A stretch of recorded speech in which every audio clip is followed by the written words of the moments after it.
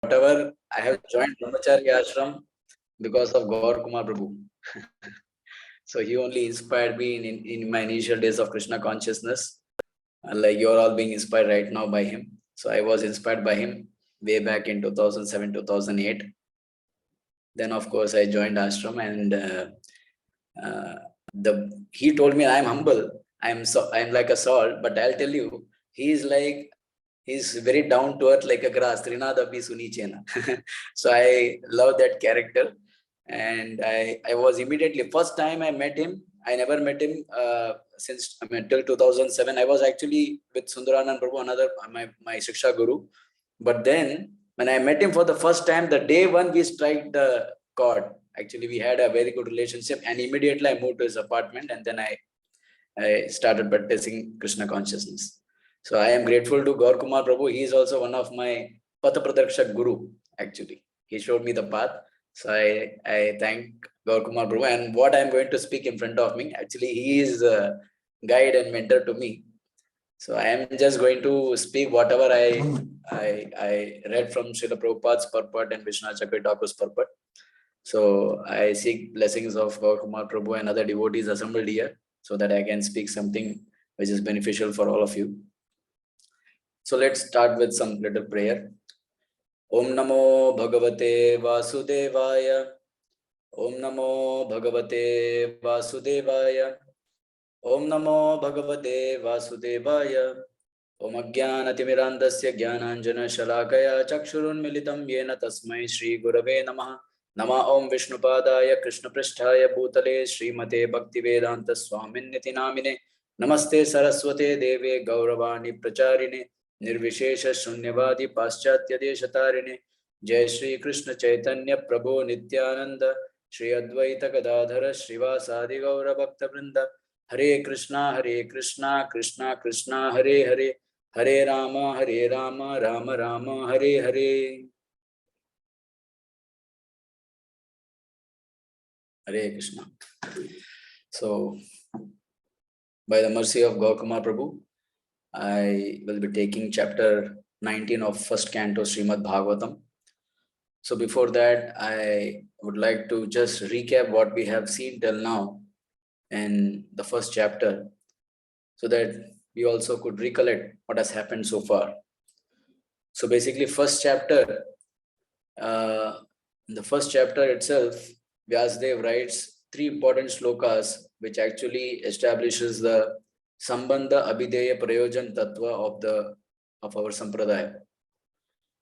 And then immediately after that, it is mentioned that how this Srimad Bhagavatam has started actually. So Shaunakadi rishis, they were sitting in the Naimisharanya, and they were asking question to Sutta Goswami, who was a speaker there. They were doing 1,000-year sacrifice for the people of Kali Yuga, for the well-being of Kali Yuga people. And they asked 6 questions. What is the ultimate good for the people in general? What is the essence of all scriptures? How did Krishna take birth in the womb of Devaki? Then what are the Purusha Avtaras? What are the Leela Avtaras? And where did Dharma take shelter after Krishna left for his abode? So these are the 6 questions that was asked, and immediately Sutta Goswami starts answering these questions. So first 2 questions, what is the ultimate good for people in general, and what is the essence of all scripture? This is answered in the 2nd chapter. He says, Savai Pumsam Paro Dharmo Yato Bhakti Radokshaje. So bhakti is the ultimate good for people in general, and that's the essence of all scriptures. That's what he mentions. Then he speaks about how this bhakti is followed, what are the processes of bhakti, like steps or stages of advancement in the bhakti. All this thing is mentioned in 2nd chapter. And in 3rd chapter, he starts speaking about he answers 4th question, which is what are the Purusha Avtaras. So he speaks about Karnodakasai Vishnu, Garbhodakasai Vishnu, Shirodakasai Vishnu. And then he speaks about Leela Avtaras, which is the 5th question. So he speaks about many Avtaras, and then he says that ultimately, Ete cha amsha kala pumsaha Krishnastu Bhagavan Swayam. Krishna is the ultimate God.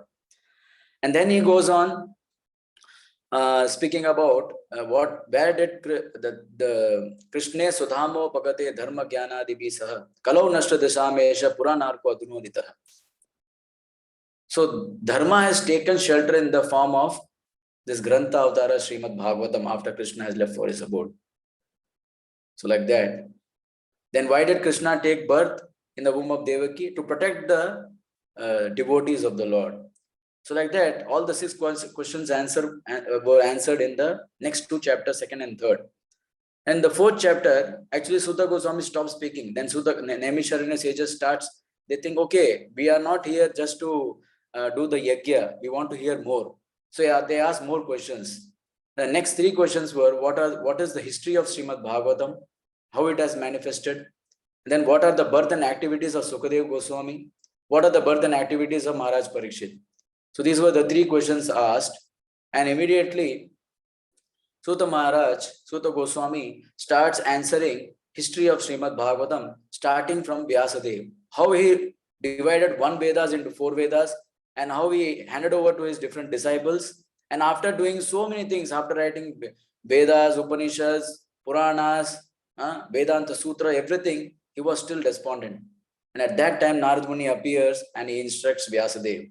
He tells about his own history and he tells how bhakti is more important. You have spoken many things, but you have not sufficiently glorified Lord Krishna, and you have given more emphasis to 4 Purusharthas.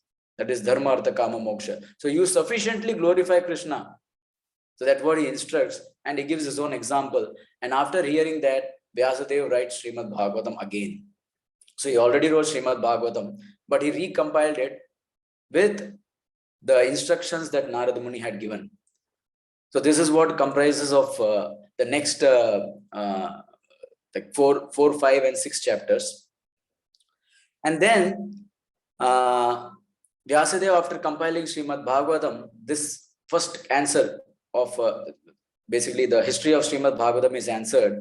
And then Sutta Maharshi takes 2nd question, that is birth and activities of Parikshit Maharaj.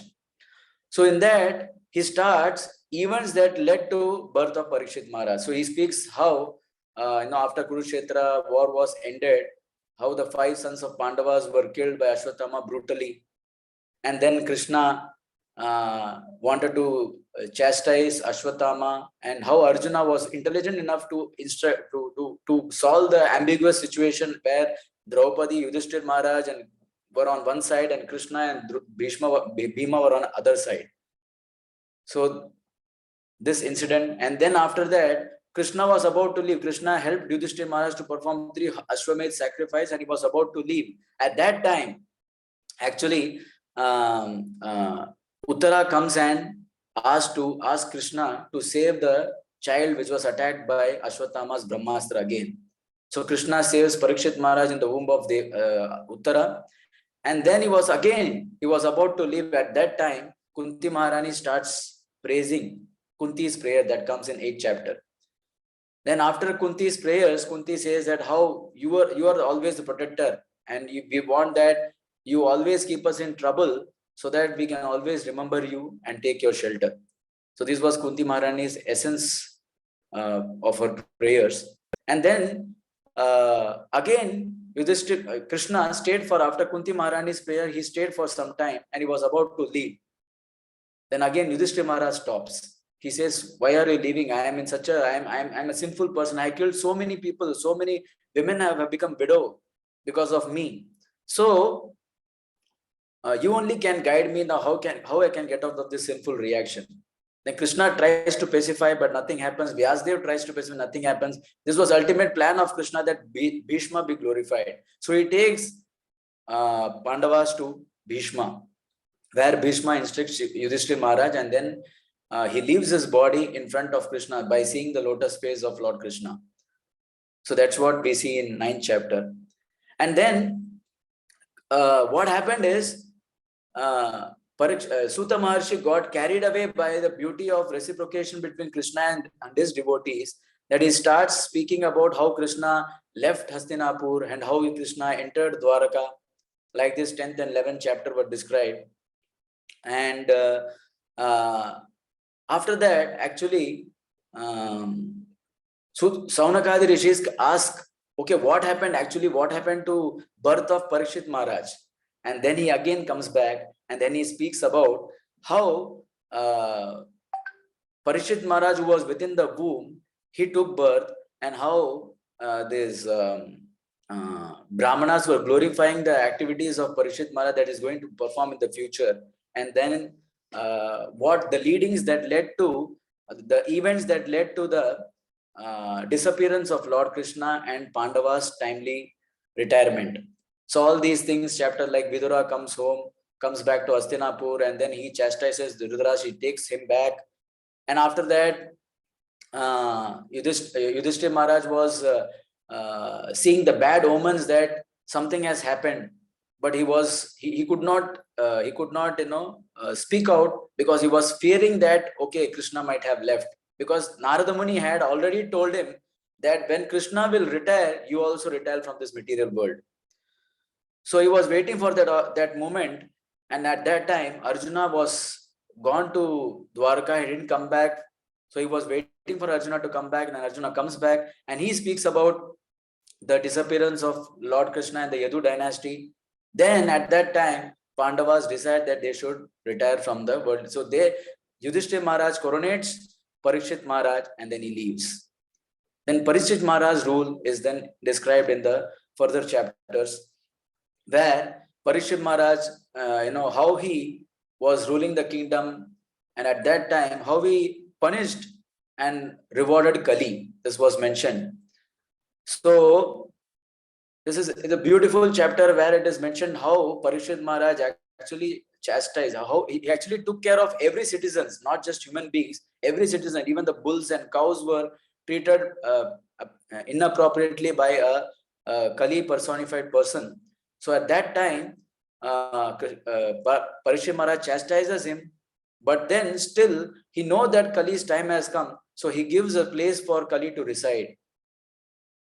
And then in the last chapter, 18th chapter, we saw that how Parikshit Maharaj was moving about his entire kingdom at that time, and by the will of providence, he became thirsty and hunger. So he went to Samika Rishi's ashram, and there Samik Rishi was absorbed in his trance. So he thought that this Brahmana is not welcoming me, and he put a dead snake on around the neck of Samik Rishi. And knowing this, his son Shringi, he became angry, and he chastised, and he gives a curse to Maharaj Parikshit that he should die within 7 days by the bite of a Takshaka snake. So this is what we have seen till now. Now what happened after basically Parikshit Maharaj was cursed, and what is his disposition after hearing this curse? This is what we are going to see from 19th chapter. And what is his position? What position he has taken after hearing this curse? So Suta Maharishi, in his first sloka, he mentions that Maharaj Parikshit, he was actually, while doing this act of putting the dead snake around the neck of Shamik Rishi, and he was returning to his kingdom, he was thinking, what kind of offense have I committed at the lotus feet of this great sage? This great sage is a Brahmana, and Krishna is Go Brahmana Hitayecha. But still, I have performed such an heinous act. So he was thinking, he was repenting. So I shouldn't have done this. Accidentally he has committed this sinful act actually. He never intended to do that, but he accidentally performed this act. So he was regretting, he was repenting. So this is the nature of a devotee. Once Braj Bihari Prabhu said that, how do we know that, somebody asked, how do we know that we are advancing? Okay. So the sign of advancement is, he said one way to analyze that how we are advancing is, he said, suppose today we have committed an offense and we don't remember, and we just commit that out of ignorance or sheer anger or whatever, and then we go away, and we don't regret for it, repent for it for a long time, let's say for a year. And after 1 year, we realize that, oh, I had committed such an offense to this person. or such a great mistake I have done, then at least after 1 year you are repented and you go back to that person, you beg forgiveness. Okay. Sometimes people after committing offense, they think that they are right. Nothing has happened. I am right. He is wrong. And they don't ask for forgiveness for their entire lifetime. So that is in complete ignorance. But after coming to path of bhakti, Krishna consciousness, after hearing about devotees and the Lord, and we see certain change in ourselves. So we commit the offense because of previous samskaras. We may commit the offense, or we may perform that sinful act, but after 1 year we repent. So that's a sign of improvement. From no regret to repentance after a prolonged period of time, that is a sign of improvement. Then constantly being in touch of Krishna consciousness, being in the association of devotees, we practice.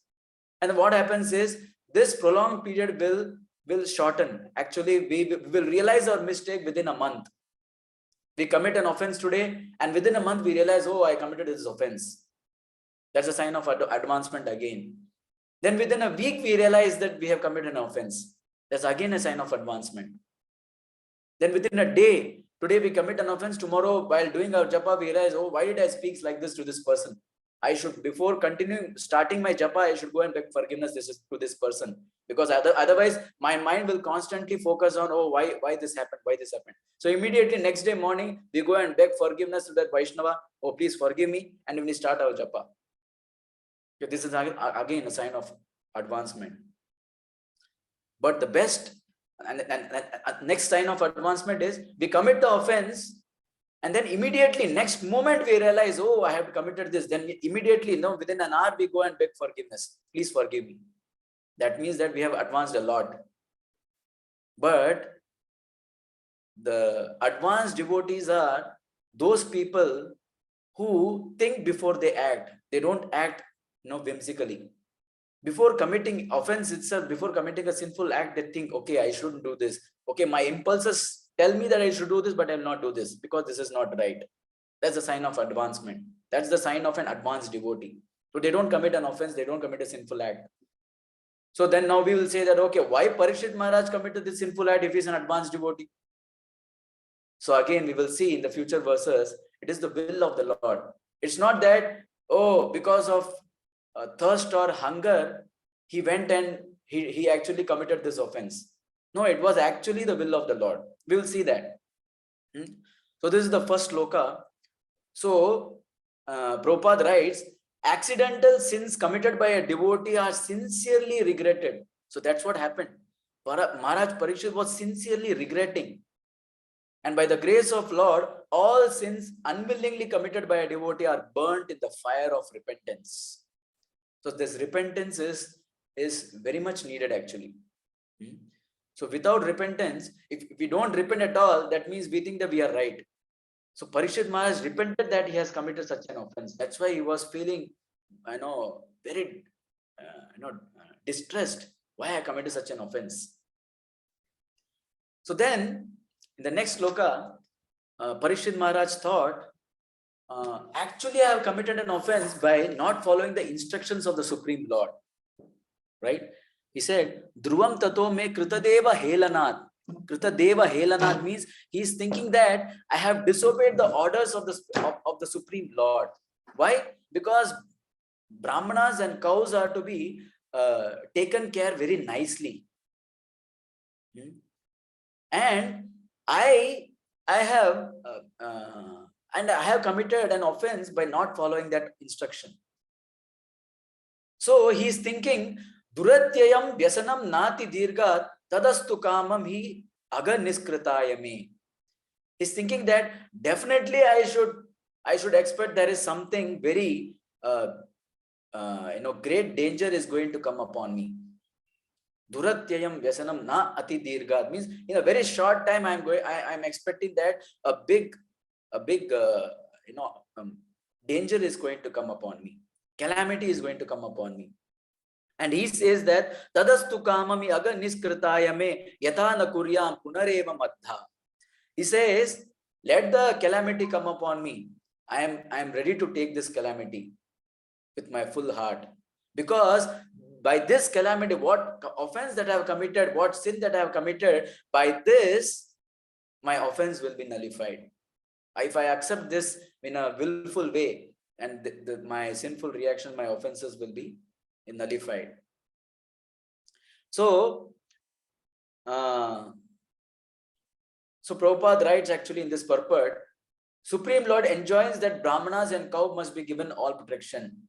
The Lord himself is very much inclined to do good to the Brahmanas and cows. And Maharaj Parikshit knew all this, and thus he concluded that insulting a powerful Brahmana was certainly to be punished by the laws of the Lord. So this is what his conclusion is. And that's why he's ready to accept. He's ready to accept the calamities that will come upon him. So this is again, you see, the devotees of the Lord are not afraid of calamities. They are ready to take upon the, like, Kunti Maharani in her prayer, she said, Vipada Santuta Sasvat Tatra Tatra Jagat Guru Bhavato Darshanam Yasyat Apunar Bhava Darshanam. She said, let the calamities come upon us again and again, because only when such calamities come, what will happen? We'll come and take shelter of you. We'll come to you. We'll come more closer to you. That's why let the calamities come upon us again and again. So here also Parikshit Maharaj, he's saying, let the calamities come upon me, so that this will be an opportunity for me to take shelter of you. And another reason Prabhupada mentions here in this purport is, he therefore desired the imminent calamity to fall on him and not on his family members. A man's personal misconduct affects all his family members. Just, we know the example, many examples are there. One example is Kashi king, who was supporting the Poundrak. He was, imitating Lord Krishna, claiming himself to be Supreme Personality of Godhead. And Kashi Raja was actually helping him. And what happened? Krishna killed Poundrak and also Kashi Raja. Then his son, he sent a demon to kill. He performed again and sent a demon to kill Krishna and the Dwarka. But what happened? The entire city of Kashi was destroyed. That demon went back and killed the entire city of Kashi. And so what happens if one person commits, if a responsible person commits a sinful act, then that affects the entire community or family members. So Parikshit Maharaj knew this, that, okay, I have committed an offense to a Brahmana. If I commit an offense, then my entire family will get offended. So he says that, let this calamity come upon me alone. I am ready to take this calamity. So, so we know that, in the Prabhupada writes in the purport, by suffering personally, he would be restrained from the future sins, and at the same time, the sin which he had committed would be contracted, so that his descendants would not suffer. That is the way of a responsible devotee. So the family members of a devotee also share the effects of a devotee's service unto the Lord. So Maharaj Parikshit, he was thinking that, okay, let the calamities come upon me and my family be spared, so that they can peacefully perform their devotional service. So they were also devotees of the Lord. It's not that they were not the devotee. They were also devotee, but he was a great devotee. So he was ready to take the calamities upon him. So here it's mentioned in the proper last, in the last sentence, he writes that Prahlad Maharaj saved his demon father by his personal devotional service. A devotee son in the family is the greatest boon of blessing of the Lord. So no, because Prahlad Maharaj, just by being a devotee of the great demon Hiranyakashipu, he actually delivered Hiranyakashipu. When Narsingadev asked for benediction, he said that, please forgive my father and please deliver him. So Narsingadev said, I have not just delivered your father, I have delivered all the 21 generations before and after. So that's how Krishna is so much obliged to his devotees. So even if one person becomes a devotee, everyone becomes, entire family, entire lineage becomes, blessed or delivered. So this is the mood actually Parikshit Maharaj is actually repenting and is praying to the Lord. And the next verse actually, he says that, Yeah, he says that I have actually committed an offense to the Brahminical culture. I am uncivilized and sinful due to my neglect of Brahminical culture, God consciousness, and cow protection. These three things. So these three things are very important. Prabhupada actually emphatically emphasizes that, you know, Brahminical culture is very important for self purification. God consciousness is very much important for self realization, and cow protection is very much needed to get the best food to continue a perfect civilization. So it's such an important thing. Actually, these three aspects is very much important. So Brahminical culture needs to be protected, God consciousness needs to be protected, and even cow needs to be protected. So that's why he says that I have actually, so it's not that, okay, I take care of cows and I don't become Krishna conscious. There may be many, if you come to India, there are many people who take care, who love cows, and they take care of cows very nicely. But if they are not Krishna conscious, what is the use? Is of course they will get some pious credit. It will take a lot of time actually.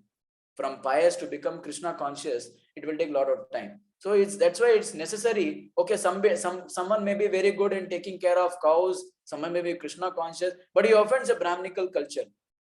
But he commits offenses towards the Brahminical culture. Then again, it's a problem. So that's why all these three things. So that's why Parishit Maharaj says that I neglected Brahminical culture, God consciousness, and crop protection. So these three things are very important. So, so then he says that, okay, let my kingdom, my strength, my riches, everything be burned by the fire of Brahmana's wrath. So that I don't commit this offense in the future.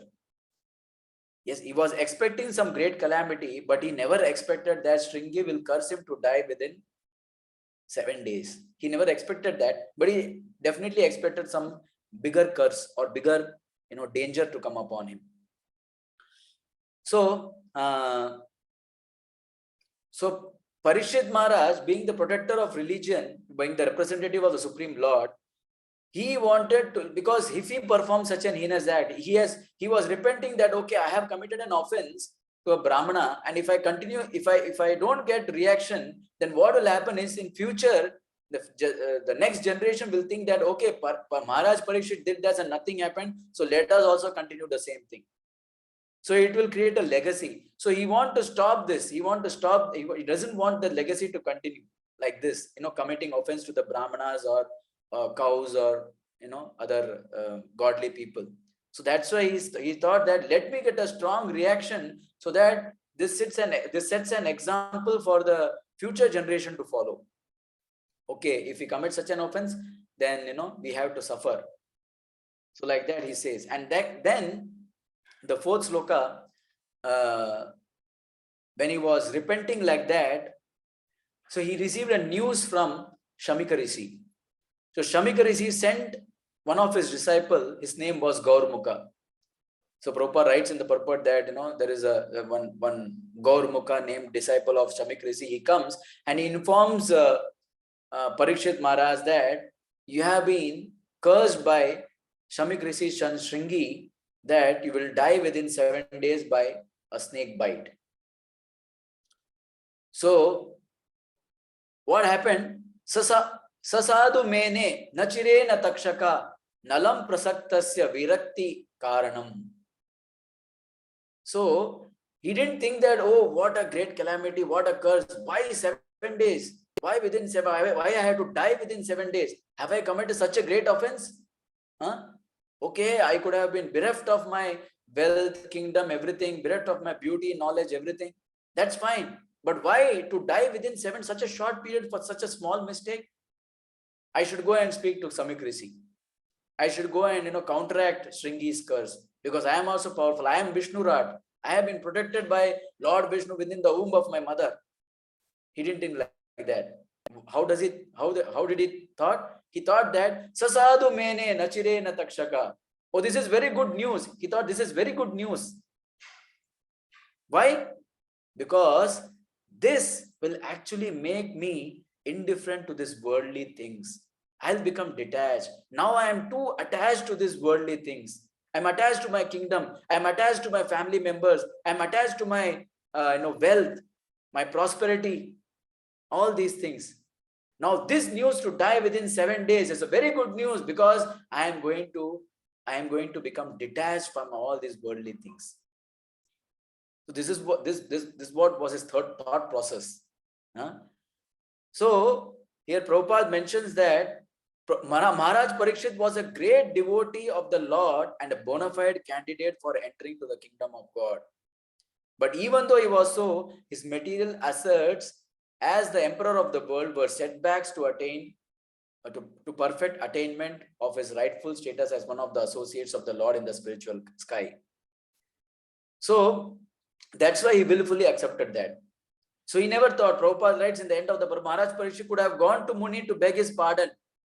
But the news of the imminent death was conveyed to the king with so much regret by Muni that king did not want to shame the Muni further by his presence there.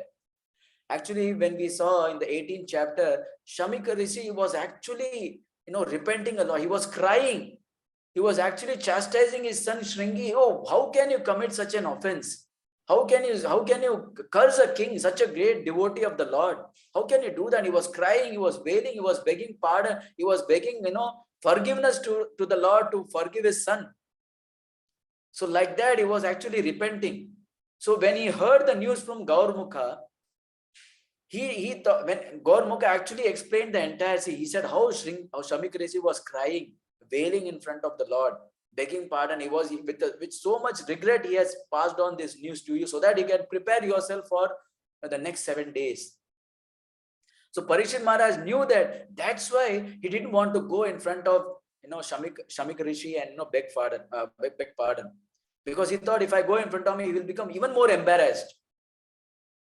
And he decided, okay, God, at least this Shamik Rishi is so magnanimous that he has allowed me to know this news so that I can prepare myself for the next 7 days. So he took this as a great news, and it continued.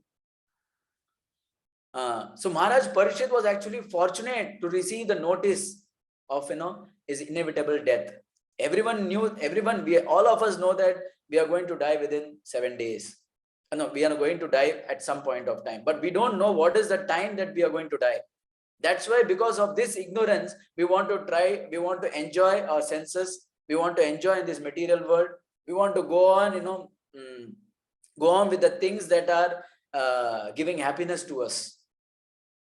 So basically, if Maharaj Parikshit is fortunate, that's because it's the mercy of the Lord. No one can know when we are going to die. But Maharaj Parikshit was fortunate. That's again the mercy of the Lord, that he came to know that he's going to die within 7 days, so that he can prepare. Like Katwang Maharaj. Katwang Maharaj is another example, who actually fought for the demigods. But what happened? When he was asked how much time is left for me, demigod said that you have only one muhurta left, that is 45 minutes. So he was fortunate that at least he came to know that, okay, I have 45 minutes. Immediately he left, he became detached with his worldly affairs. He focused completely with all his senses, mind, intelligence at the lotus feet of the Supreme Lord. And within 45 minutes, he perfected his life. So similarly, Parikshit Maharaj, Katwa Maharaj, they are so fortunate, they know the definite time that they are going to leave this material world. So Parikshit Maharaj, immediately he thought that, okay, this Shamik Rishi is the agent of Supreme Lord who gave me this time, who has notified me of the time left for me in this mortal world. So he was very grateful for this. And then in the next loka, Parikshit Maharaj, what happened is, after getting this news, he immediately left everything. He renounced his kingdom, renounced his family members, renounced his clothes, everything. And with just one piece of cloth, he went to the banks of Ganges and sat there to meditate on the Supreme Personality of Godhead. So this is what the great people do when they know what they, we know the story of King Anga. King Anga was a great pious devotee of the Lord. But when he got a son like Vena, who was completely against the religious principle, he tried to change him, he tried to do many more things. But then we got to know that nothing can be done. he immediately renounced his kingdom and went to forest to meditate on the Supreme Lord. So like that, the great devotees, they know how to, they are like tortoise, kurmo anga niva sarvashaha. They know how to retract from the sense objects and how to engage it in the right way, yukta vairagya. So that's how, Maharaj Parikshit, when he came to know, okay, he was actually emperor of this entire world. So he could have easily gone and chastised Shamik Rishi or Shringi, and he is a great devotee. He could have counter-cursed Shringi's curse also. But he thought, this is a great opportunity for me to renounce this material world and go back home, back to Godhead. So immediately he left everything and went and sat on the bank of Ganges to meditate on the Supreme Personality of Godhead. And then, this is a wonderful sloka, 6th sloka. It says, Yavai lasastri tulasi vimishra Krishna grirenu abhyati kambu netri punati lokan ubayatra seshan kastam naseveta marishyamanaha. So here it is mentioned that he actually went and sat on the bank of Ganges, because Ganges is actually emanating from the lotus feet of the Lord, bathing the lotus feet of the Lord, which is decorated with tulasi leaves. Yavat lasastri tulasi vimishra. That Ganges water is nothing but it is mixed with the fragrance of dust of lotus feet of the Lord, where tulsi is offered. And it sanctifies the entire creation, entire material creation, and sanctifies even Lord Shiva and other demigods. So whoever takes shelter of this great river, even now in India, we know that people want to go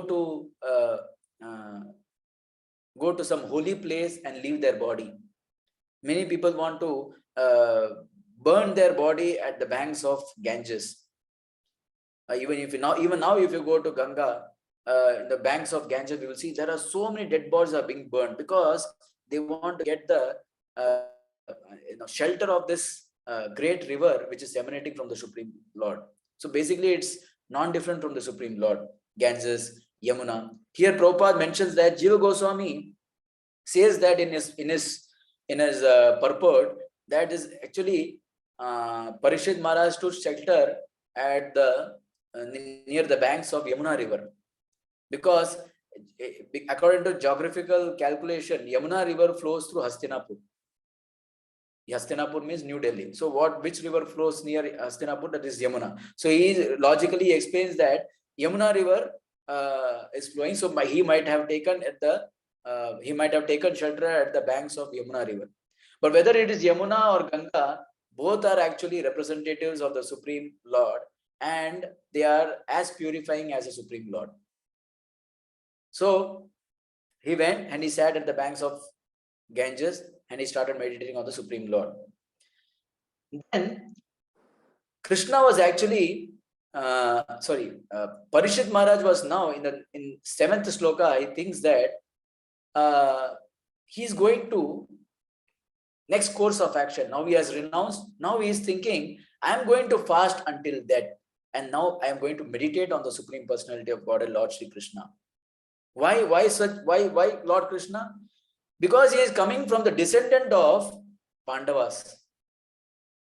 He is a worthy descendant of Pandavas, and he know that his Pandavas were the Snigdeshu Pandasu Pranadin Cha Vishnu Sharatya Parshada Sakya Dautya Britya Virasana Gamanam. So in this sloka, actually, Snigdeshu Pandavas were the supreme devotees of the Lord Krishna, and they were malleable to the will of the Lord. Why they were great devotees of Lord Krishna? Because they were malleable to the will of the Lord. Malleable means what? However way Krishna wanted to use them, they were ready to bend. If a stick is given to us, and if we want to bend it, we cannot bend it. If we try to bend it, it will break. But if we are given let's say a bamboo stick, and that too a green bamboo stick, which is just now cut in and it's fresh. so we can bend it. So similarly, Pandavas, they were malleable to the will of the Lord. They were such a great devotees, they were never blaming Lord Krishna for their difficulties. They were actually praising Krishna at every situation. So similarly, Parikshit Maharaj, being the descendants of these Pandavas, he also decided, let me take shelter of my Lord Krishna, who were the worthful deity of my great ancestors.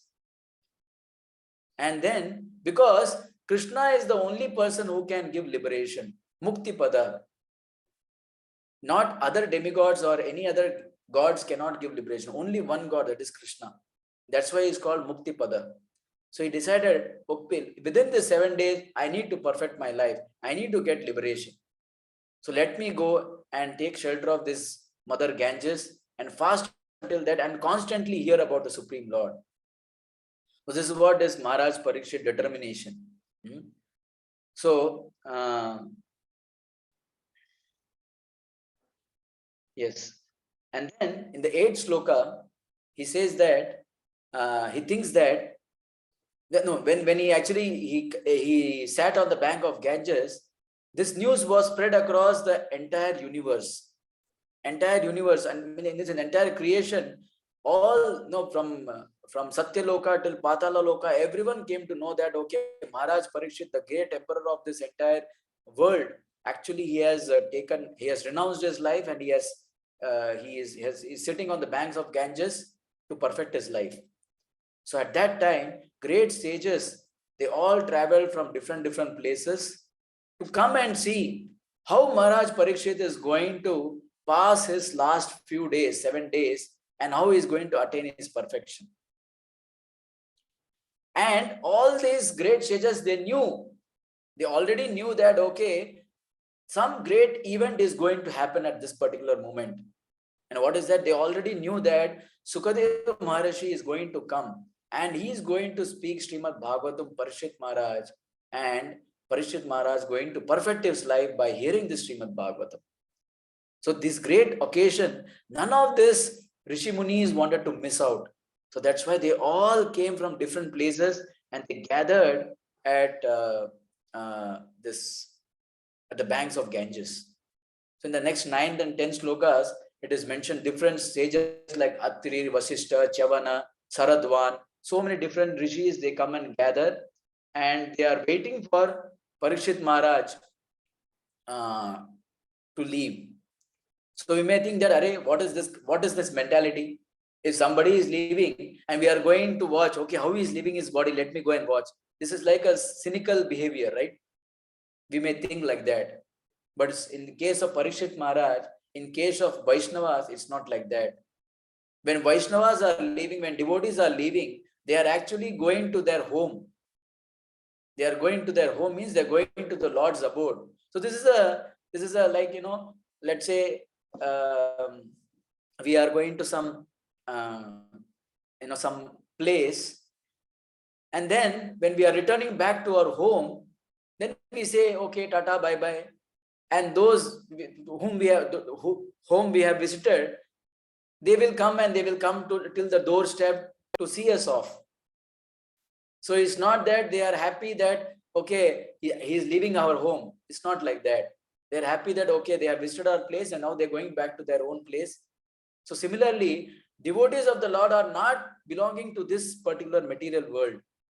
They are actually the property of the Lord, who reside constantly in the Lord's abode. But they come here to teach living entities how to lead life, how to live and how to live. So that's why when they come back, do their duty, teach the living conditioned souls how to live and how to live.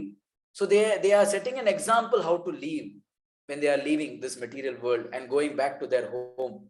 So all these sages wanted to celebrate this occasion. Oh, Parikshit Maharaj is going to go back to his home.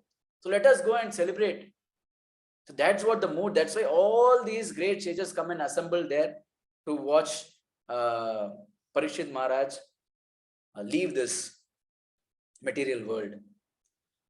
So when all these sages and rishis came to the banks of Ganges, Parikshit Maharaj actually, he was so humble.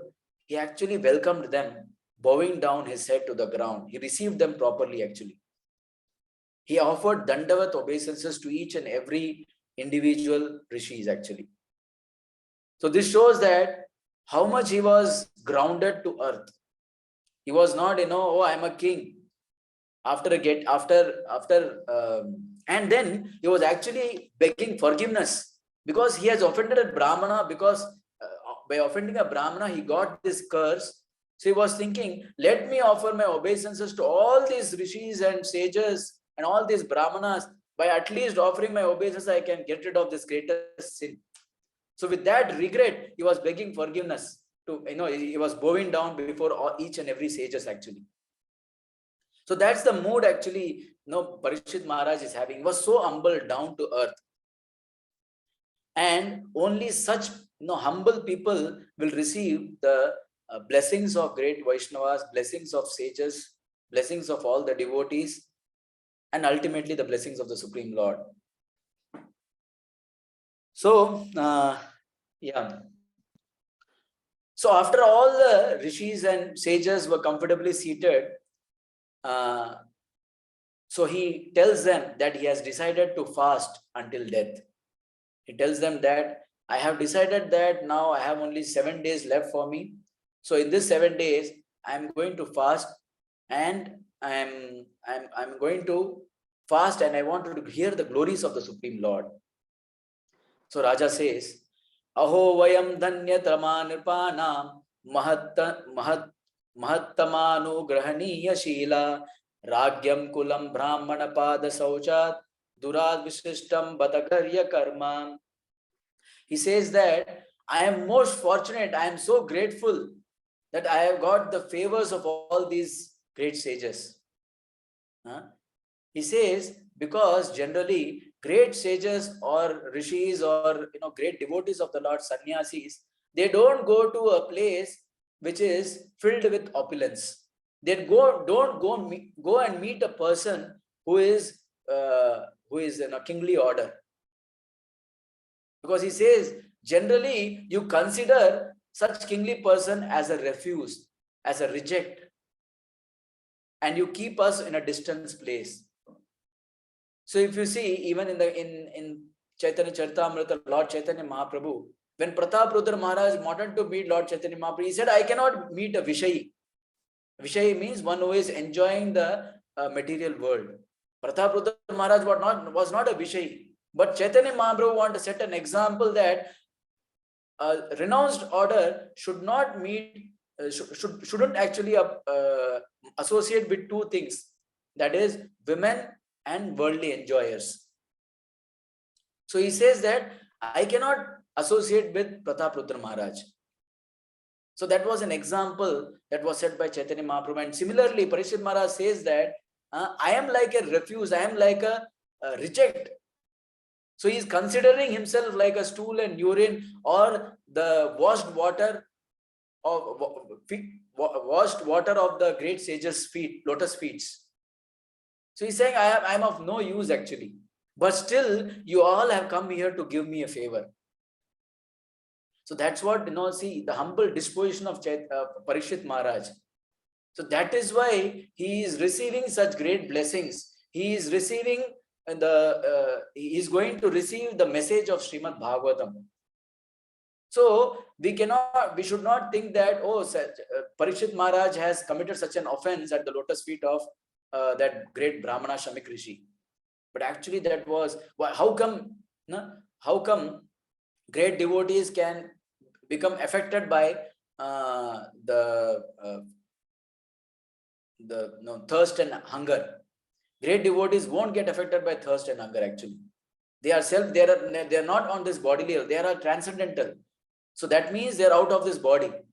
But how come Parikshit Maharaj has done this? So again, it's actually will of the Lord. So the will of the Lord was not just, he should renounce everything. Will of the Lord was everything actually. Everything encompassing. That is, he was renouncing his kingdom. He got the favors of the entire Brahmana, Rishi Muni communities, and then he got the benediction of hearing Srimad Bhagavatam from the lotus mouth of Sukha Maharishi. Then Parikshit Maharaj says that Supreme Personality of Godhead is the controller of both material and transcendental world. So he's actually helping me to get detached from this family life. He's actually saving me from this material world. So Parikshit Maharaj is very grateful for this opportunity. So that's the disposition. He is humble, he is grateful. Parikshit Maharaj is humble, he is grateful. And that is why he is receiving the Srimad Bhagavatam. So Srimad Bhagavatam, we are also so fortunate that we are able to hear Srimad Bhagavatam. We are able to study Srimad Bhagavatam. How many people in this entire world can hear and read Srimad Bhagavatam? How many people? Not many. So that means if we are able to hear Srimad Bhagavatam, if we are able to read Srimad Bhagavatam, that is the blessings of Lord Krishna. That is the blessings of great devotees of the Lord. That's why we are able to read Srimad Bhagavatam, hear Srimad Bhagavatam. So we should be grateful that every single opportunity that we get to read this Srimad Bhagavatam, hear this Srimad Bhagavatam, speak about Srimad Bhagavatam, these are all great opportunities that Krishna has specifically bestowed upon us.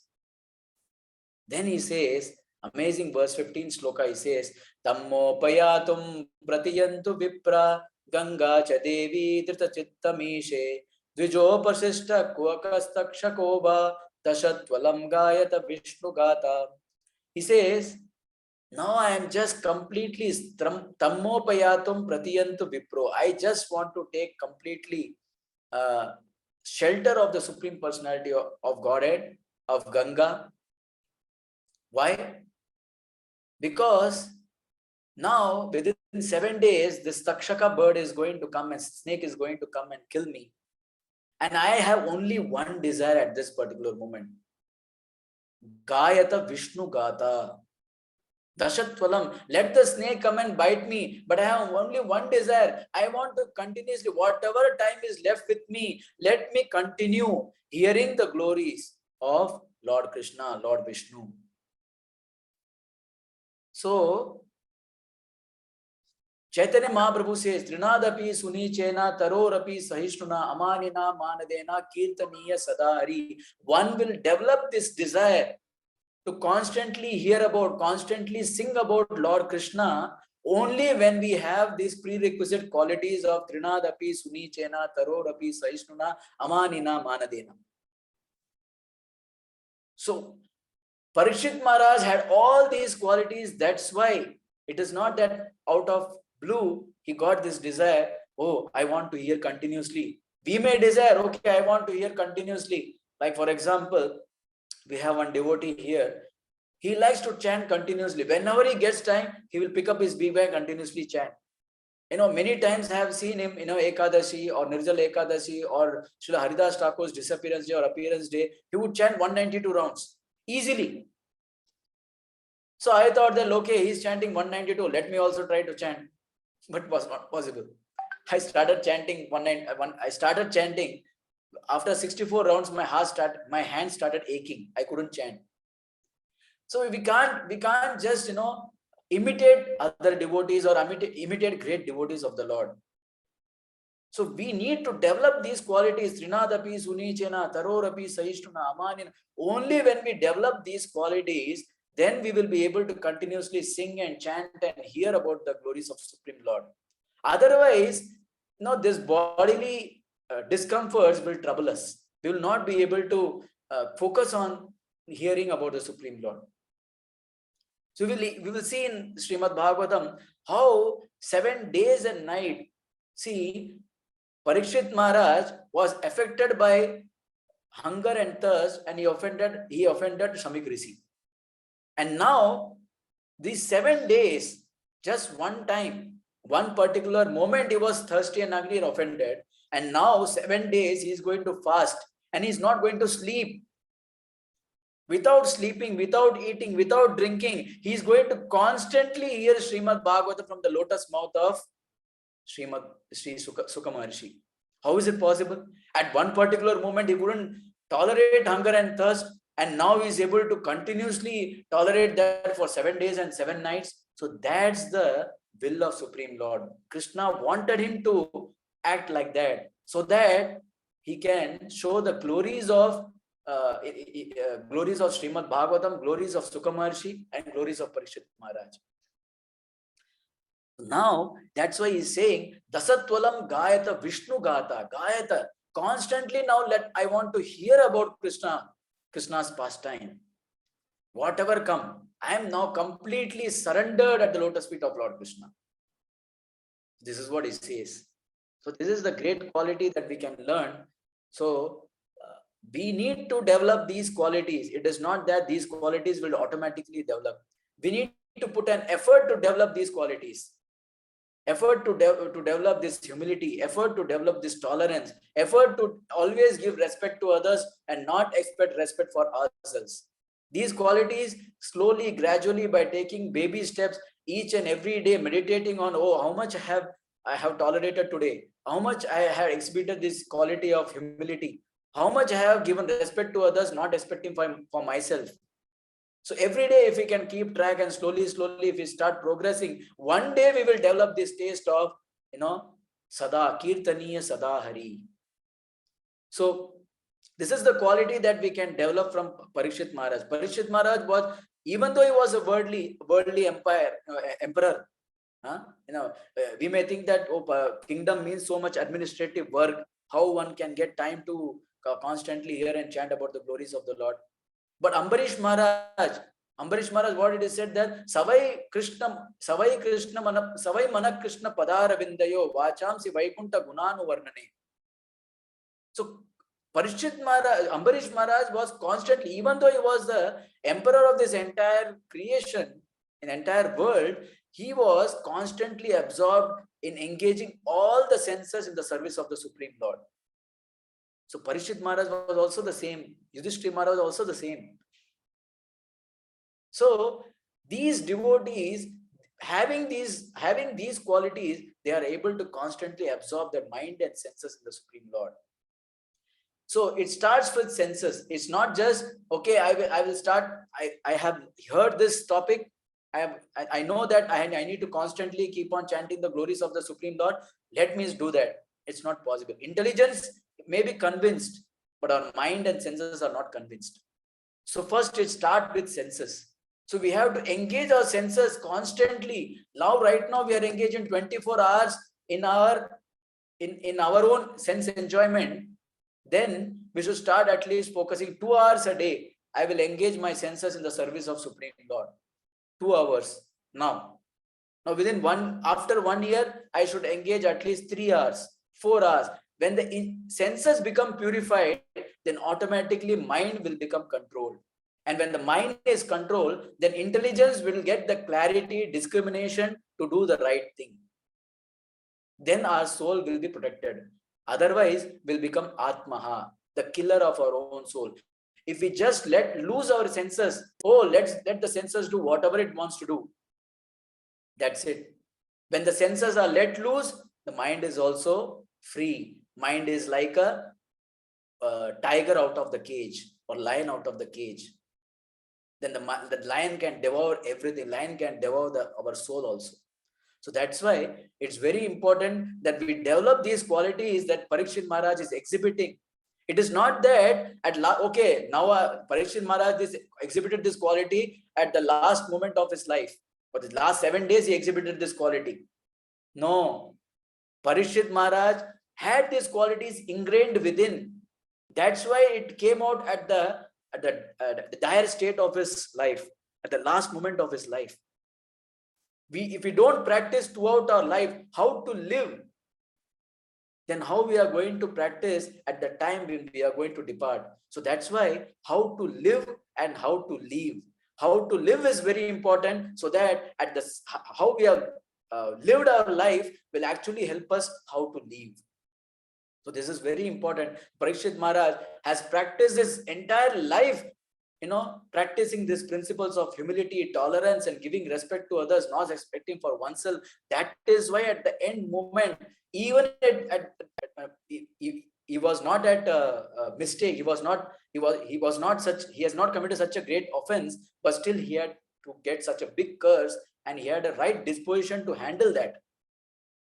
Intelligence was very clear because senses were controlled, mind was controlled. That's why intelligence had very clear thought, and he had taken a perfect decision to renounce everything and take shelter of the Supreme Lord. So that's how this Parikshit Maharaj is exhibiting the wonderful quality. So I'll stop here. Remaining shlokas I will take next week. Meanwhile, if you have any questions, you can ask questions or comments or correction. Gaur Kumar Prabhu, you can correct or you can comment. Hare Krishna. Srimad Bhagavatam ki jai, Srila Prabhupada ki jai, Ananta Koti Vaishnava Vrinda ki jai. Hare Krishna. His Grace Gaura Charan Prabhu ki jai. So thank you so much, Prabhu. I mean, this was such amazing nectar that kept flowing. I didn't want it to stop actually. But so many amazing points that you said. Just quickly in 1 or 2 minutes summarize. So you started by talking about the sign of advancement, and you spoke about repentance, that when we commit an offense now, sometimes after 1 year we beg forgiveness, but that amount should keep reducing to 1 month, 1 week, 1 day, and every moment when we make a mistake, we should immediately beg forgiveness. And even better thing is that we must always think before we act so that we don't even commit those offenses. And then a responsible person committing a mistake affects the entire family. So we must be very careful not to commit any mistake because it can affect the entire family. And the 3 things that you mentioned, a Brahminical culture, God consciousness, and cow protection are all very important. Parikshit Maharaj accepted whatever he got as good news because he felt that will help him get detached from worldly things. And devotees are properties of the God.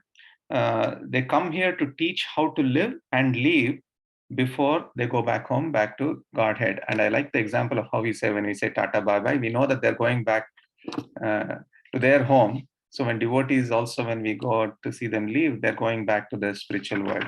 So, and then I like this point also, Parikshit Maharaj is humble and grateful. And these are 2 things that are needed, or qualifications to hear Srimad Bhagavatam.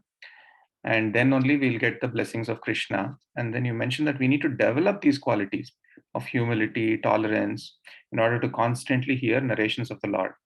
Senses must be purified, then the mind is controlled, and then the intelligence develops clarity. And and finally, you mentioned that Parikshit Maharaj had these qualities ingrained within himself. And that is why he was able to hear Srimad Bhagavatam towards the end. Thank you so much, Prabhu. I mean, this was amazing nectar. So I will, if anybody has any... You had actually very crisply pointed out everything. Thank you. Oh, Prabhu. Such a nice recap you have done. I was about to do recap, but I thought it's too late, so I didn't do recap. So you have done it. Thank you. So if anybody has any questions, comments, is a wonderful opportunity. So please unmute and you can ask the question. Thank you. Good night, Prabhu. Yes. Hare Krishna, Dandavat Pranam, Prabhuji. Gaur Charan, Prabhuji.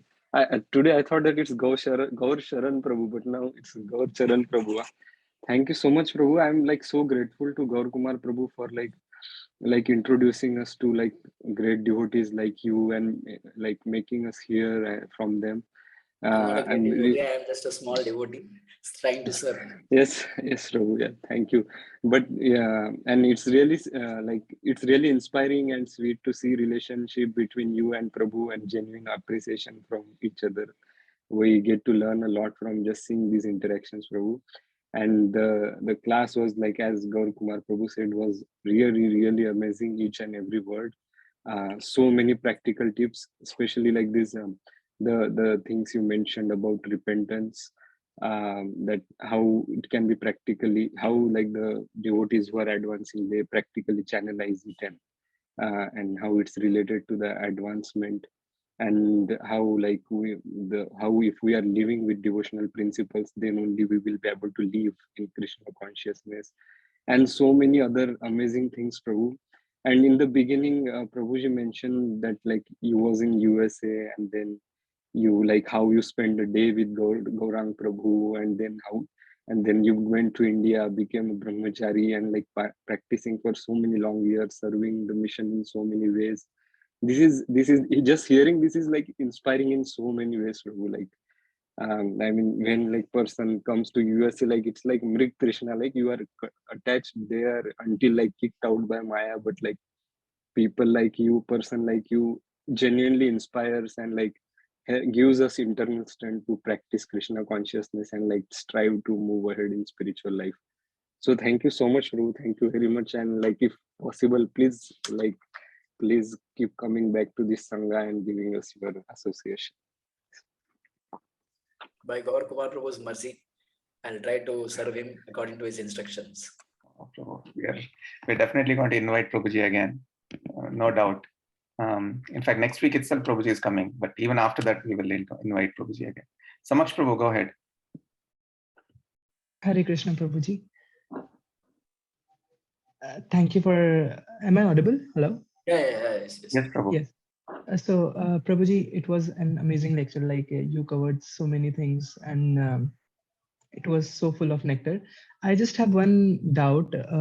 So, extending your example from the Kashiraj example, wherein he was pretending to be Krishna, Lord Krishna, and then the result of that pretentious act was the destruction of the entire clan, right? So as per my limited understanding, I thought that we suffer because of our own karmas, and parents and family are like not the permanent factor. Then why are the activities done by my family, or the activities that I will do will impact my family? See, when you are doing certain activity, your family has a responsibility. When king does something, citizens have a responsibility to object it or to react to it and correct it. Like for example, in case of King Vena was an atrocious king, right? And he was doing all religious acts. So Brahmanas gave him chance. They told him, if you don't, they told him very clearly, if you don't follow the religious principle, don't worship the Supreme Lord, entire kingdom will perish. So you change yourself, otherwise we have to take some actions. But he continued. Then what Brahmanas had to do? They had to kill him by just chanting mantra hum. They chanted hum and he was burnt alive. Then the community was saved. See, the Brahmanas were responsible. Brahmanas are the topmost people in the society. They are the head. They actually guide Satriyas and others to perform the to progress towards the spiritual salvation. So that's why they have the response. Similarly, Kashi Raja, if he was boundary, if he was wrong, their citizens or their family members, if they know that they are wrong, they should have tried to correct him. But if they support him and do all the things, see, you are not bound by a setting. If you know that there is something wrong happening, you can actually try to correct. If it is not within your purview, you can go out. Like Vidura. Vidura knew that Duryodhana was wrong and Dhritarashtra was wrong. So he could have stayed there and continued, or he would have left. But what did he choose? He chose to leave. He didn't stay there. He left immediately, right? And we could see what happened because of Duryodhana, because of Dhritarashtra. 100 sons of the entire Kauravas, not just Kauravas. So many people have to die just because of one person's mistake. Just because Dushasan caught hold of the hairs of Draupadi, how many people have to die? It's a big offense. So similarly, so we have so if you are doing some mistake, your parents, if I do a mistake, my parents have the right to tell me, correct me. It's their right to tell me. And if I don't listen to him, then I can be rejected by my parents. Just as Vidura said, you should reject this sin personified Duryodhana immediately, otherwise your entire Vamsha will be destroyed. But he didn't listen. So similarly, we have a right to change. If we can correct and change it. If we don't have, then we should leave, just as Vidura left. So it's going to affect, because when a great devotee is offended, and whoever supports that cause, everyone, Bhishma also supported that cause. He could have stood up and he could have fought, he would have spoken against Dhritarashtra, or he could have stopped Duryodhana. But he didn't do that. That's why he has to die. Dronacharya, he has to die. They were all great devotees, but because they were supporting on the side of adharma, they had to die. Okay. I mean, did I answer your question? Yes, Prabhuji, thank you so much. This perfectly satisfies me. And yeah, this is very much important. Like, I was also wondering that if a family member is a devotee, and then some, like, his son is performing some heinous acts, so will that devotee will be affected by the karma? But this is also covered by your answer, that if you are rooted in God, in Krishna, then you know the right and wrong, and once you know the right and wrong, you have the capability to walk out of the situation, like Vidura did. So thank you, Prabhuji. Thank you so Just a simple example I will tell you. What do you mean by putra? It's a Prabhupada gives a very nice example. Putra means what? Putra is the person, son, who can deliver his father and mother from not entering into a poo named hell. So that means what? A son who is born, he should take the responsibility of parents to not allow them to enter in different wombs. So he should deliver their parents. Similarly, mother and father has got a responsibility to make sure that the child who is born in this womb, he should not enter the womb in his next birth. He should directly go back home. So these are the you know, what do you call that? Congenial responsibilities that each and everyone has. It's not that, okay, I have given birth to a son, that's all my responsibility. I'll take care of his health, education, that's it. No. Along with that, you have to give samskaras, you have to give him bhakti, you have to teach him how that son or that daughter should not enter the womb, enter into this material world, should go back home, back to God. Similarly, if a son gets a responsibility, if a son performs bhakti, he has a responsibility. Okay, I have got this body because of my parents, so let me take the responsibility of let me give this bhakti to my parents also. Let me pray to Lord Krishna, they also take the path of bhakti and go back home, back to God. So these are the cooperative responsibilities between each and every living. I just gave an example of relationship between father and son, parents and children, but every relationship has got this responsibility, cooperative responsibility. Right, Prabhu. Thank you so much, Prabhu. Thank you, Prabhu. So do you have time for a couple more questions, Prabhu? Yeah, fine. I'm okay. Nitin, go ahead.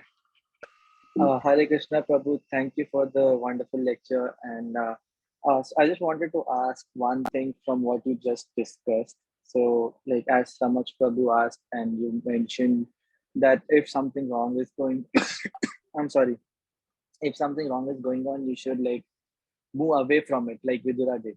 But or, like, at least say something against it, that it's wrong, and, like, ask people, persuade people not to do something wrong or indulge in something wrong. So I want to get this instance of the Pandavas, where you know, in the game of betting, uh, so, the king kept betting on, and his brothers, you know, they never actually questioned him, which is against, I mean, which is something they should have done, right?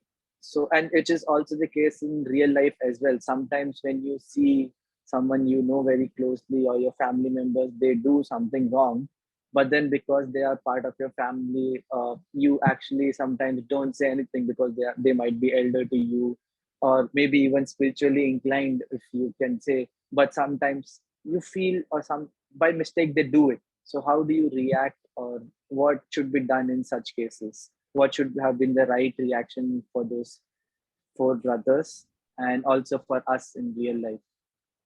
Yeah. See, basically, Yudhishthir Maharaj was wrong. And for the offense that actually he was at he has committed a bigger offense than Duryodhana, because he bettered Draupadi in that gambling match. He shouldn't have done that, right? He bettered his brothers also. That means he took their rights. He took his brother's rights. He took his wife's right upon himself. Okay, so that's the greatest offense actually. So he should have suffered more than Duryodhana. more than Dushasana, more than Dhritarashtra. But the only quality that Yudhishthir Maharaj had was a devotee of Lord Krishna. So devotee may also commit an offense. They may also make big mistakes. They may commit bigger mistakes than the non-devotees. But what Krishna says, Shipram bhavati dharmatma shashvat santim nigrichyati kaunteya pratijanemi name bhakta pranshati. My devotee may accidentally perform some mistake, but he is always protected by me. So, Yudhishthira Maharaj committed an offense, but his Vamsha was not destroyed because even after committing mistakes, he took shelter of Krishna. He never left Krishna. Because we are all children of God. Like for example, you commit a mistake. You commit a big mistake in your family and you go and take shelter of your father. What will your father do? He will not say, oh, I reject you. You have committed such a big offense. You just go away. I don't. No, he won't say that. He will wholeheartedly embrace you. Okay, you have committed offense. Now you repent. You come back to me. I'll accept you. Similarly, Krishna is like a loving father. He is just waiting for us to turn towards him. But we are so stubborn that we don't want to turn towards him. Didn't that Krishna give opportunity to Duryodhana, Dhritarashtra? So many chances he gave them, but they didn't turn towards him. If they would have turned at least once, Karna, Duryodhana, Dhritarashtra, everyone were given chances, but they didn't turn towards him. That's why they have to suffer. But Yudhishthir Maharaj and others, they were completely surrendered to Supreme Lord. At all instances, they were taking shelter of Supreme Lord. Even at the difficult situation, they were taking shelter of Supreme Lord. Even at the blissful situation, they were taking shelter of. Just imagine, when they were in distress, okay, they take shelter of Krishna. Like, when Durvasa Muni came and he asked with thousands or 10,000 disciples, he came and he asked for food. They took shelter of Krishna. Krishna immediately took one grain of rice and their stomach were completely full. Otherwise, he would have given curse. This is in a worse situation. And a blissful situation, like when Yudhishthira Maharaj had built this Indraprasth and this Rajasuya Yajna was being performed. At that time also, he never thought that, oh, I have become an emperor. He said, Agra Puja should be done to Krishna. In all the situations, they were surrendered to Supreme Lord. They were devotees of the Supreme Lord. That's why they were benefited. So we as a human, we are not great devotees like Yudhishthira Maharaj or Arjuna or Pandavas. We are like simple human beings, conditioned soul, suffering in this material world. So at every situation, we also need to learn from these devotees that every situation we take, go back to Krishna. We may commit offense, but let's go back to Krishna. And Krishna is waiting. He's extending his hands like this. Come. We have to extend our hands like this. Take me. That's it. Wonderful. Thank you so much, Prabhu. Thank you so much. Thank you so much. Neerja Mataji, go ahead, please. Hare Krishna, Prabhu. As all my peers have said, thank you for this amazing session. My one question is like, you had mentioned that the practice of humility, it's not something that will immediately come when you're like reaching towards the last stage of your life. It is something that should be practiced every day. And you said that you may have to at least devote 2 hours. But considering how busy our lives get, and especially like when we are working and when we are doing our other duties, like to our parents, to our family, to our peers, how do we like how do we make time to practice our humility? That's what I'd like to ask. So I mentioned this 2 hours is not to practice humility. I just mentioned this 2 hours to practice the Krishna consciousness, whether it's chanting, hearing, developing certain qualities, whatever it is. I just gave an example, 2 hours. So basically, see, it is a practice. It is not that 2 hours we have to for example, early morning you get up and you chant. So this chanting will immediately actually has an effect. It bathes the consciousness. It purifies the senses. So when we do that, throughout the day, we get the strength to actually go against our repulsive attitude. So basically, it is not that humility I have to. So for example, I'll just give you one example. We have a, like say you have a tendency to react to certain things. Somebody says something, immediately you react. If somebody find faults at you, or somebody points mistakes, then you immediately react. So that's a natural tendency we may have, and we may react it. But let's say you notice that I have this problem. First of all, noticing that I have this problem, that itself is a big thing.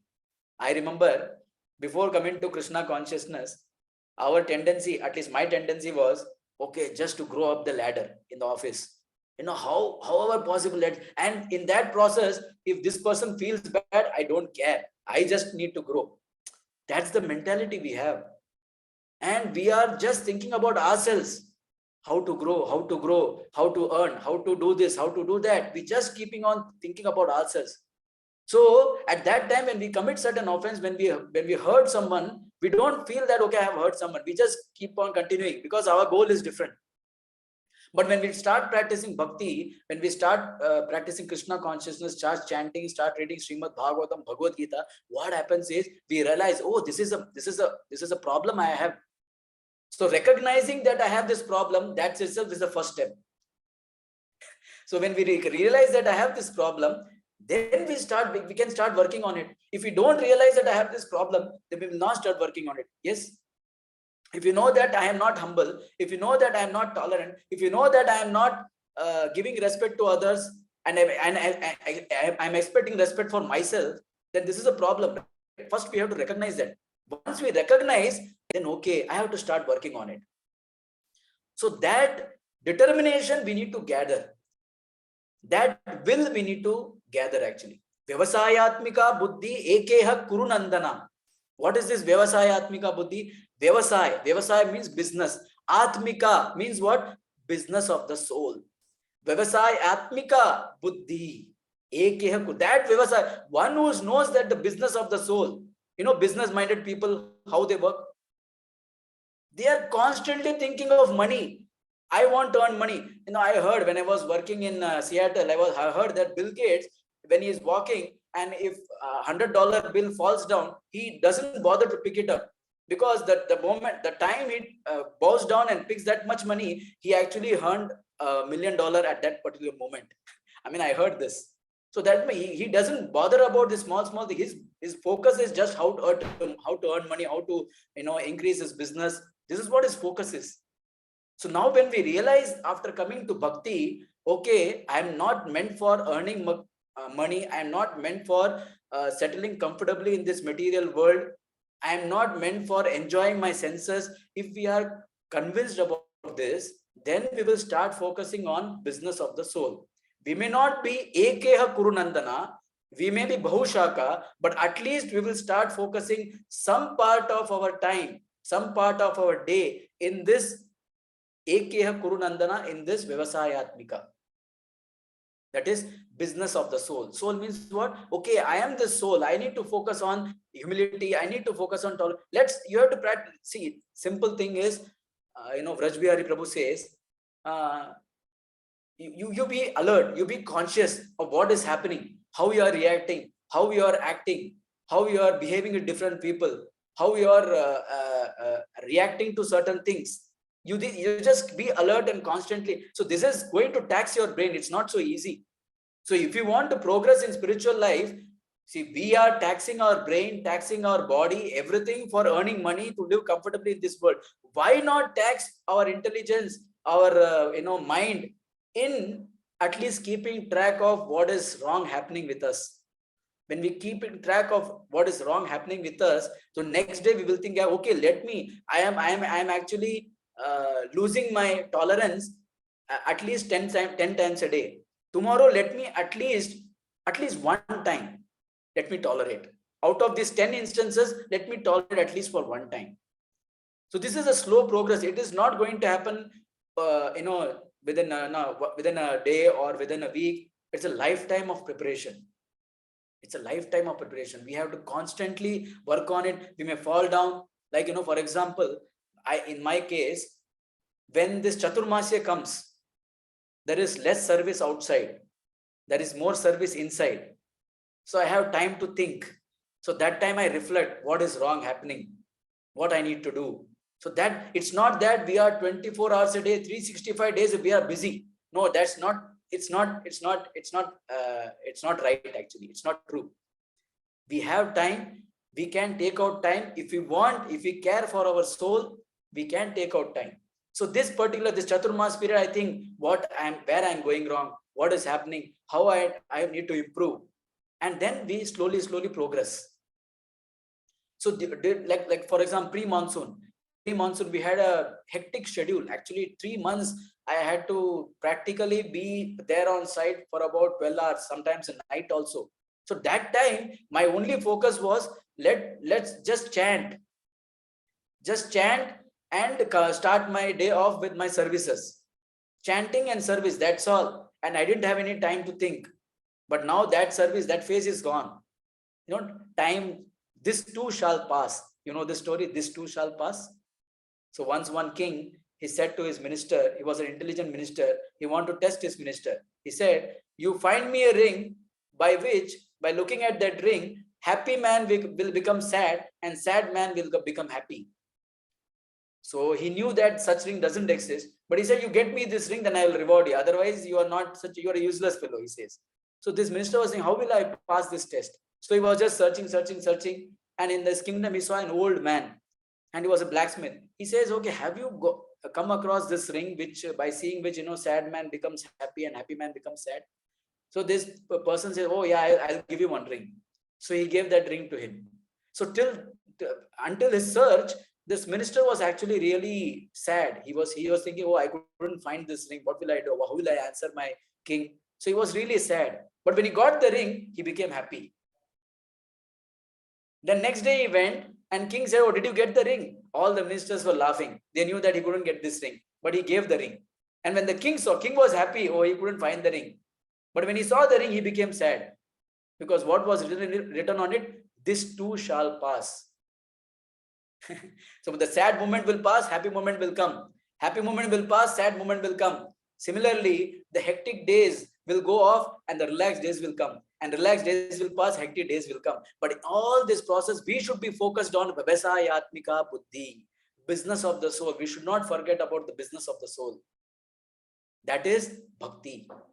And that we need to practice every moment. We may not be able to practice every moment, every moment, but we should at least some part of the time we should take out and practice, and slowly we can increase that from 1 hour to 2 hour, 2 hour to 3 hour, 4 hour, like gradually go on increasing, take a baby steps, and by our sincere efforts and endeavors, Krishna will provide us the right association and right environment to practice it, and he will help us to progress like a skyrocket way. So we need to have faith in Krishna, utsaha nischaya dairyat, with enthusiasm, with determination and patience. Patience is the most important thing. Generally people don't, oh, I have been practicing for 10 years, nothing is happening. No, it's not like that. Patience, we need to have faith in Krishna. With enthusiasm, determination and patience, keep on practicing, Krishna will definitely help. Hare Krishna. Okay, Mataji. Wonderful, Prabhu. Yes, Hare Krishna. Thank you very much. Hare Krishna. Wonderful, Prabhuji. Thank you so much, Gaura Charan Prabhu. So we'll end here. Vanchakalpatarubhyascha kripasindhubhyo cha patitanam pavanebhyo vaishnavebhyo namo namaha. Anantakoti Vaishnavrinda ki jai. Srila Prabhupada ki jai. His Grace Shri Gaura Charan Prabhu ki jai. Jai. Gaur Kumar Prabhu ki jai. Anantakoti Vaishnavrinda ki jai. Hare Krishna. Thank you very much. Thank you, Sorry, Prabhu. it was a little bit. Thank you very much. On time, right? Yeah, on time, Prabhu, on time. 10:30, 10:39. Yeah, that's okay. It was worth it. Hari Bol.